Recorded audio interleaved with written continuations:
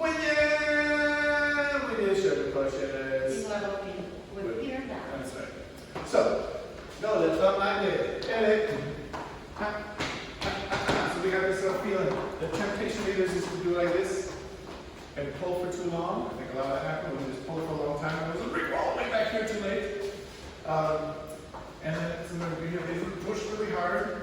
For the leaders, we want you to think about stepping back and then start getting a feeling of like we're pushing. I got my little clouds here on count number 2. They turn into pillows on count 3. They turn into squishy memory foam, and then they build up, and then eventually they turn off. So you get that ramp, that slow feeling of build up.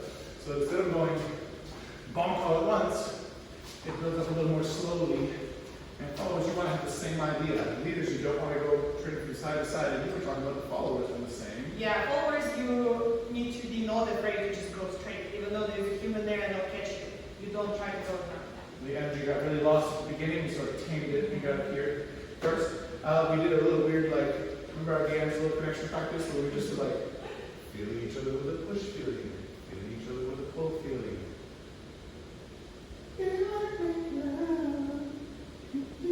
That's what it was. It was a song I used. So, hard to recreate, but you had to be there. Remember all this connection BS right here. That's just to get you to think about that moment. It's putting a magnifying glass on the middle of a shirt push, for example, or like the end of a swing out.